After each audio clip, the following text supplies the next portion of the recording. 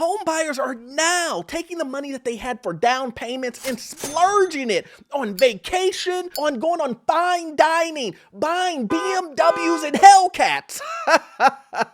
I'm not joking, guys. This is crazy. My name is Orlando. Welcome to the channel, guys. Make sure you hit that like and subscribe button. It really does help out the channel. Make sure you check in the description, in the pinned comment. I have a newsletter that will give you tremendous value. Yes, a lot of value, and it's free. You cannot beat this. But guys, listen to this. Listen to this.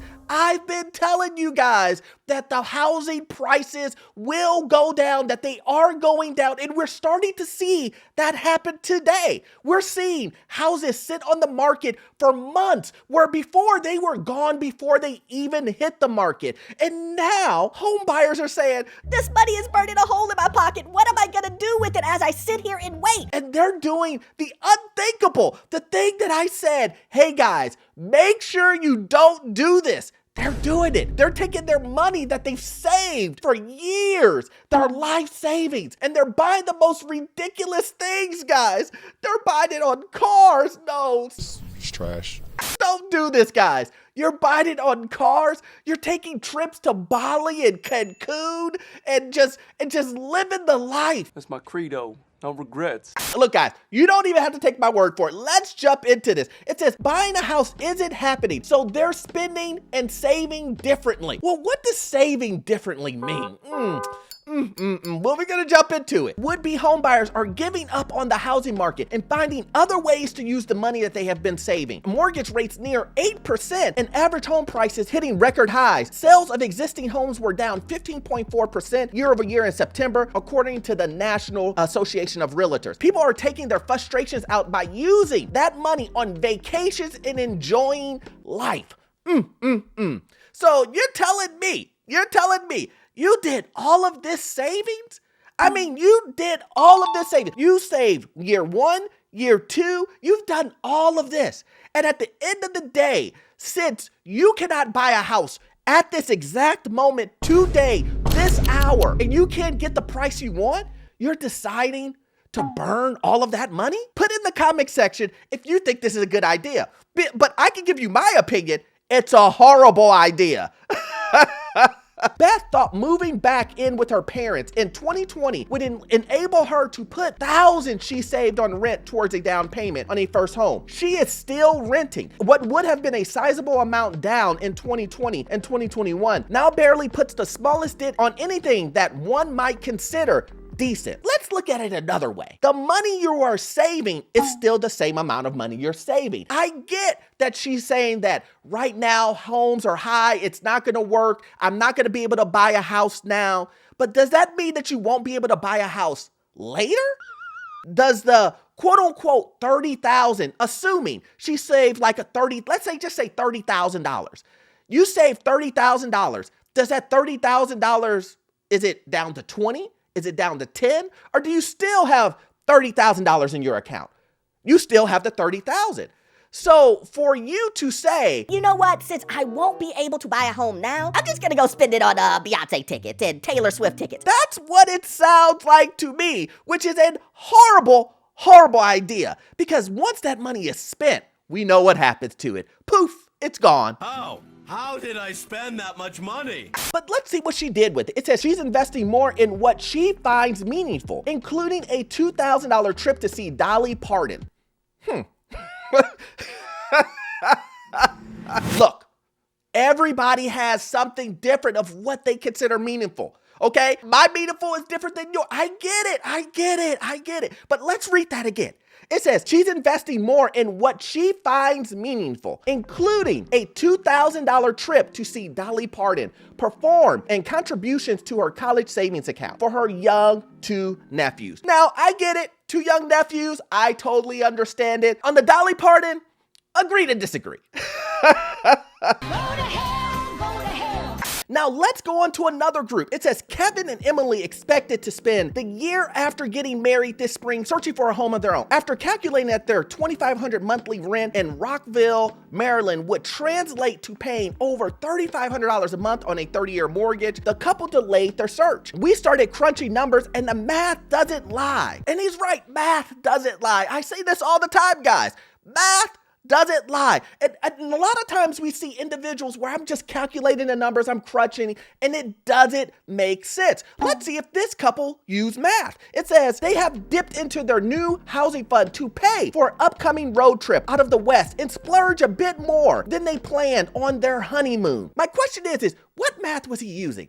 Was the math he was using was just because he didn't like the number that he was going to pay a month, meaning the monthly mortgage? Because once again, look guys, I see one trend that everybody's using. The trend is they're looking at monthly payments. They're using the monthly payments to determine everything. They don't really care if the house is affordable, if it's not affordable, if it's overpriced. All they care about is the interest rate. That's what they're looking at. So he's looking at the $3,500 monthly expense. That's what he's looking at. And then he's looking at currently what he's renting, which is the $2,500. So that's $1,000 difference. So in his mind, I can splurge.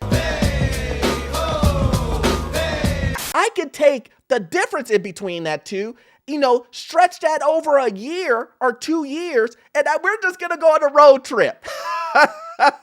We're just gonna go on a road trip. We're gonna do things. We're gonna spend $24,000 out of our piggy bank, go on a honeymoon, do what we want, and who cares? Who cares, brother? Who cares, brother? Who cares? The question that I would ask everybody in this scenario, not that you shouldn't do this, you can do whatever you want.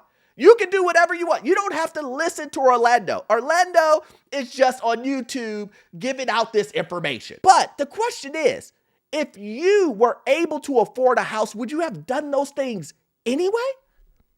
And the answer to that is no, because he says that in the article. He says, I wouldn't have done this.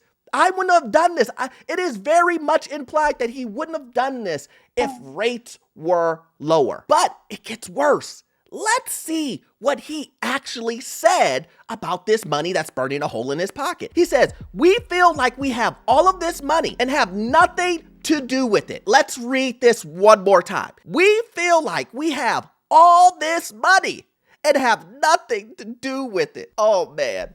The money is burning a hole in people's pockets. It sounds like the problem is that they just want to spend the money that they have. And it all depends on what they want. They want a new house? Well, we can't get the new house. We're gonna go on a road trip. We're gonna go spend it on vacations. We're gonna spend it on cars. We're gonna spend it on anything that we possibly can right now because we don't know. This money is going to disappear. At least that's the mind frame. The money will disappear. Come on, man! Why are we in a rush to spend it? Because the money will disappear. We know how this works, right? You put money in your bank account and then it just vanishes without you spending it. Reinvest the earnings into foreign currency accounts with compounding interest and it's gone. What's all gone? The money in your account, it didn't do too well, it's gone. That's the mind frame that they have. It's unfortunate, but this is what I'm saying, guys. You don't want to fall into these categories. You don't want to miss a scenario because this is what's going to happen with individuals like this. You're going to get further into what's happening with the housing market and you won't be able to buy the house anyway when prices drop. Why is that, Orlando? Why won't you be able to afford houses once the price drops? Because you spend all the money. You don't have the down payment anymore. You spent it on Cancun. You spent it on the Hellcat, on the Series 7 BMW. You spent it on going out to eat more frequently on DoorDash, $10,000 on Popeye's chicken.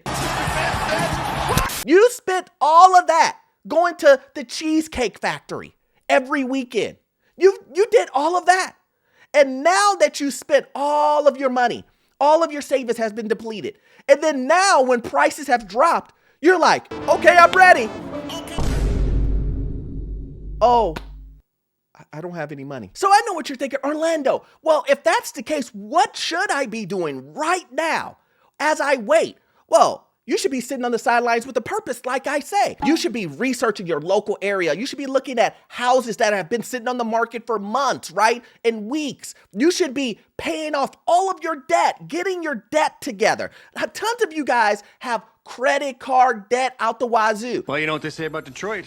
It's all fun and games till they shoot you in the face. Why wouldn't you take that money instead of going on vacation, instead of buying that BMW, instead of buying that Hellcat and spending money on fast food and all that other? Why wouldn't you pay off the 18% city card that you have? Why wouldn't you pay off that Discover that's $30,000, $40,000 of just collecting interest over? Why wouldn't you pay off that stuff?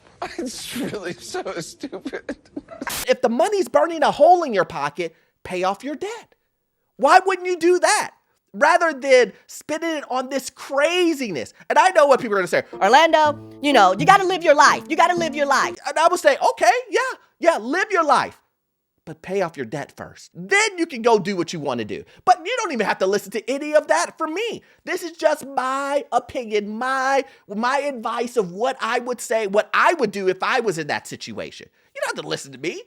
But the point is that these individuals that are deciding to go on vacation, buy cars, do all this other stuff, I can almost guarantee you they are in debt. They have credit card debt up the wazoo, auto loan debt up the wazoo, and they're continuing to have money in the account and still not pay off that debt. And they don't want to. You know why?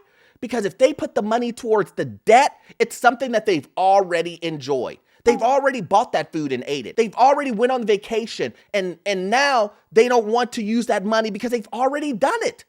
They've already done it. Nobody wants to pay back credit card debt for something that they've already done. What? Never mind. But as always, guys, I hope you got value out of this content.